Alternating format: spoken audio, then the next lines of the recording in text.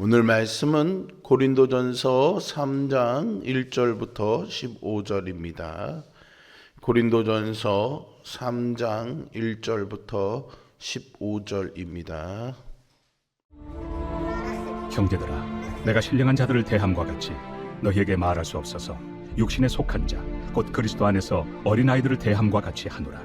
내가 너희를 저주로 먹이고 밥으로 아니하였노니 이는 너희가 감당하지 못하였음이거니와 지금도 못하리라. 너희는 아직도 육신에 속한 자로다.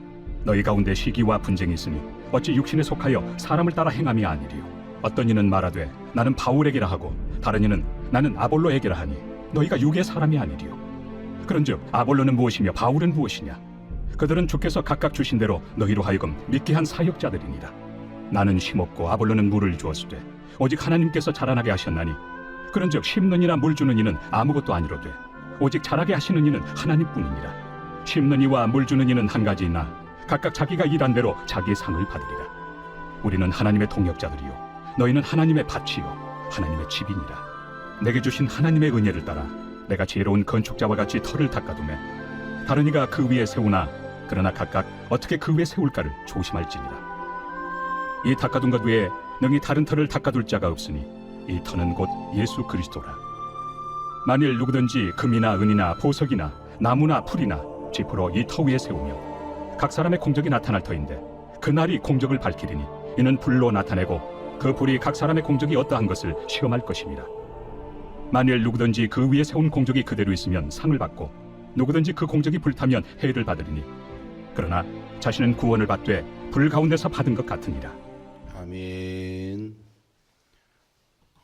고린도전서 1장과 2장을 통해서 바울은 세상의 지혜를 뛰어넘는 십자가의 위대한 능력과 성령의 조명하심을 선포했습니다. 이제 3장으로 넘어오면서 바울의 어조는 매우 직설적이고 따끔한 책망으로 바뀝니다. 고린도 교회 성도들은 스스로 철학적 지식이 높고 영적 은사도 많이 받았기 때문에 자신들이 대단히 신령한 자들이라고 착각하고 있었습니다. 그러나 바울이 영적으로 그들의 실상을 검사해 보니 그들은 단단한 밥을 먹지 못하고 여전히 젖병을 물고 있는 영적 어린아이에 불과했습니다. 고린도 교인들의 가장 큰 비극은 자신들의 영적 미숙함을 전혀 인지하지 못한 채 영적 엘리트주의에 빠져 있었던 것이죠. 우리도 마찬가지입니다. 신앙생활을 오래 했거나 직분을 받은 사람들이 주의해야 할 점이 바로 이 부분이죠. 그런 것과 상관없이 우리 내면의 중심을 들여다볼 필요가 있습니다. 오늘 말씀을 통해 우리의 신앙 연수나 직분이라는 껍데기를 벗어버리고 내 신앙의 현주소가 어떠한지 정직하게 직면하며 참된 성숙을 향해 나아가는 은혜의 시간이 되기를 소망합니다. 바울은 고린도 교회에 대해서 솔직한 진단을 내립니다. 1절에서 바울은 고린도 교인들을 육신에 속한 자, 곧 그리스도 안에서 어린아이들이라고 부릅니다. 그들이 비록 많은 은사를 받았지만 여전히 그리스도 안에서는 어린아이 같다는 것인데요. 여기에서 육신에 속한 자란 구원받지 못한 불신자를 뜻하는 것이 아닙니다. 예수를 믿어 구원받았지만 여전히 옛 자아와 세상의 가치관에 끌려다니는 미성숙한 성도를 말합니다. 그래서 바울은 2절에서 그들에게 단단한 밥을 주지 못하고 젖으로 먹을 수밖에 없다고 탄식합니다. 아기가 젖을 먹는 것은 당연하죠. 하지만 10년, 20년이 지나도 젖병만 찾는다면 그것은 정상적으로 성장하지 않은 것입니다. 그렇다면 그들이 밥을 소화하지 못하는 영적 어린아이라는 명백한 증거가 무엇일까요? 고린도 교회의 미성숙함은 시기와 분쟁으로 드러났습니다. 3절의 말씀에 보시면 너희 가운데 시기와 분쟁이 있으니 어찌 육신에 속하여 사람을 따라 행함이 아니리요 라고 말하죠. 그들은 나는 바울에게 속했다, 나는 아볼로에게 속했다 라면서 자신들이 추종하는 영적 지도자들의 이름을 내세워서 파당을 짓고 싸웠습니다. 누구는 바울 편, 누구는 아볼로 편이라고 파당을 짓는 모습은 하나님의 영이 없는 세상 사람들과 다를 바 없었습니다. 영적 성숙의 척도는 내가 성경 지식을 얼마나 많이 아느냐, 기도를 유창하게 하느냐에 있지 않습니다. 내 안에 형제를 향한 시기와 분쟁이 있다면, 혹은 목회자나 특정 사람의 라인을 타며 편가르기를 하고 있다면은, 그것은 내가 여전히 십자가의 은혜를 모르는 옹알이 수준의 영적 어린아이임을 스스로 증명하는 것입니다. 봉사하고 사역하면서도 내 이름이 드러나지 않으면 서운해하고 사람의 평가에 쉽게 흔들린다면 우리는 단단한 음식을 먹지 못하는 미성숙한 상태일 수 있습니다. 이제는 젖을 먹는 단계를 넘어 하나님의 뜻을 깊이 이해하고 감당하는 성숙한 자리로 나아가야 합니다. 성숙한 신앙의 핵심은요, 시선을 어디에 두느냐에 달려 있습니다. 최근 우리 사회를 보면요, 자기가 좋아하는 연예인이나 정치인 혹은 인플루언서를 맹목적으로 추종하는 팬덤 문화가 강력하게 자리 잡고 있습니다. 세상의 팬덤은 자신이 지지하는 대상을 우상화해서 그의 허물조차 무비판적으로 감싸고, 나와 다른 대상을 지지하는 사람들은 맹렬히 공격하고 배척하면서 분열을 조장합니다. 성도들이 특정 목회자의 화려한 언변이나 카리스마, 매력적인 성품에 매료되어서 그를 팬으로 추종하게 되면요, 결국 그 인간을 향한 충성심이 예수님을 향한 신앙을 대체해버립니다.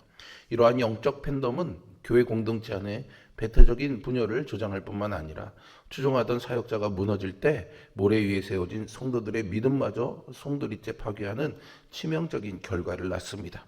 바울은 교인들의 이 어리석은 팬덤 문화를 깨뜨리기 위해 자신과 아볼로의 진짜 정체를 밝히죠. 5절에서 아볼로는 무엇이며 바울은 무엇이냐 라면서요, 그들은 그저 사역자들일 뿐이라고 선언합니다.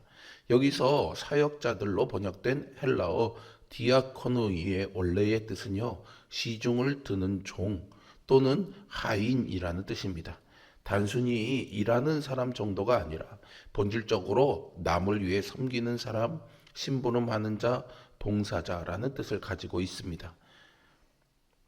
바울은 고린도 교회가 나는 바울파다 아볼로파다라는 당파를 짓는 문제를 해결하기 위해 우리는 대단한 존재가 아니다, 우리는 단지 하나님께서 사용하시는 섬기는 자들일 뿐이다 라면서 의도적으로 자신과 아볼로를 낮추어 말한 것입니다. 이어서 6절과 7절에는 아주 유명한 농사의 비유를 들지요. 나는 심었고 아볼로는 물을 주었으되 오직 하나님께서 자라게 하셨나니 그런즉 심는 이나 물 주는 이는 아무것도 아니로되 오직 자라게 하시는 이는 하나님뿐이니라 라고 말입니다. 식물이 자라는 데 있어서 심고 물을 주는 농부의 수고가 필요하지만 그 씨앗 속에 생명을 주고 싹을 틔워 결실하게 하는 궁극적인 생명의 능력은 오직 창조주 하나님께만 있습니다. 밭에서 씨를 뿌리는 종과 물을 주는 종 사이에 서열은 있을 수가 없지요. 그들은 오직 주인이 맡긴 임무를 수행하는 일꾼이자 하나님의 동역자일 뿐입니다. 사역의 열매를 맺게 하시고 생명의 꽃을 피우시는 분은 오직 하나님 한 분뿐입니다. 우리 인생과 사역에서 내 공로를 지우고 하나님의 주권을 인정할 때 비로소 우리는 사람을 숭배하는 어리석음에서 벗어나 진정한 평안을 누릴 수 있습니다. 오늘날 한국교회 안에도 훌륭한 목회자나 설교자를 마치 하나님처럼 맹목적으로 추종하는 어리석은 모습들이 있습니다. 그러나 인간 사역자는 은혜를 전달하는 수도관일 뿐이죠. 생명수 그 자체이신 분은 오직 예수 그리스도이십니다. 9절의 말씀처럼 사역자는 그저 하나님의 동역자로서 겸손히 수고할 뿐이며 교회와 내 영혼은 하나님의 밭이요 하나님의 집임을 절대로 잊어서는 안 되겠습니다. 도구에 불과한 인간을 우상화하는 자리에서 내려와 우리의 영혼을 진짜로 자라게 하시는 하나님 한 분만을 바라보는 우리 모두가 되기를 바랍니다. 이제 바울은 비유를 농사에서 건축으로 바꿔서요, 믿음의 재료에 대해서 교훈합니다.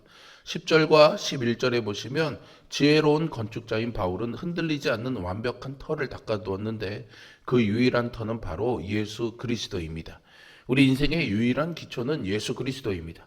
우리 인생과 교회는 내 경험과 돈, 철학이라는 모래성이 아니라 오직 예수 그리스도의 십자가와 복음이라는 반석 위에 세워져야 합니다. 그 터 위에 무엇을 세우느냐는 사람마다 다 다르겠죠. 터가 준비되었다면 이제 그 위에 집을 지어야 합니다. 그런데 12절에 보시면 집을 짓는 재료가 두 부류로 나누어집니다. 금은 보석과 나무 풀집이죠. 이 재료의 진가는 평소에는 잘 보이지 않지만 13절에 등장하는 마지막 심판의 불이 임할 때 명확히 드러납니다. 마지막 날 주님의 앞에 서게 될 때에 각 사람의 공적은 불로 심판받을 것입니다. 내 자존심, 세상의 지혜, 사람의 인정, 자기 과시, 유행을 쫓는 신앙과 같은 나무, 풀, 집으로 세운 공적은 겉으로는 그럴듯해 보여도 시험에 불이 닿는 순간 흔적도 없이 타버릴 것입니다. 반면 아무도 알아주지 않아도 주님을 향한 순전한 사랑, 눈물의 기도, 은밀한 헌신, 진리에 대한 순종, 고난 속에서도 포기하지 않는 믿음과 같은 금, 은, 보석으로 지은 공적은 불의 시험을 통과해 영원히 빛날 것입니다. 만약 내 평생의 수고가 불타 없어져 버린다면 어떨까요? 15절은 해를 받으리니 그러나 자신은 구원을 받되 불 가운데서 받은 것 같으리라 라고 경고합니다. 즉 예수님을 믿는 믿음은 있으나 간신히 그렇게 구원은 받을 수 있겠지만 주님 앞에 내어드릴 칭찬과 상급이 하나도 없는 잿더미 속에서 맨몸으로 빠져나온 것 같은 구원을 받게 된다라는 그런 뜻입니다. 우리가 교회에서든 가정에서든 어떤 공동체를 섬기는 자리에서든 무엇을 세우고 있는지 스스로 돌아봐야 하겠습니다. 사람의 마음을 잠시 붙드는 달콤한 말일까요? 영혼을 살리는 말씀인가요? 분위기를 좋게 만드는 메시지인가요? 아니면 삶을 새롭게 하는 진리의 말씀인가요? 우리는 변하지 않는 하나님의 말씀 위에 서야 합니다. 귀에만 좋고 부드러운 말씀이 아니라 때로는 아프지만 우리를 바로 세우는 말씀, 우리의 생각과 동기를 비추는 말씀, 우리의 삶을 새롭게 빚어내는 말씀 위에 인생을 세워야 합니다. 진리가 선포될 때 교회는 단단해집니다. 말씀을 살아낼 때 믿음은 깊어집니다. 그리고 그 믿음은 어떤 불에도 사그라들지 않습니다. 오늘 바울의 준엄한 말씀 앞에 우리의 신앙을 점검해 봤으면 좋겠습니다. 여러분은 영적인 어른입니까? 아니면 여전히 내 마음에 안 들면 쉽게 시기하고 분쟁하는 젖병을 문 어린아이입니까? 우리는 사람을 따라 행하는 사람들이 아닙니다.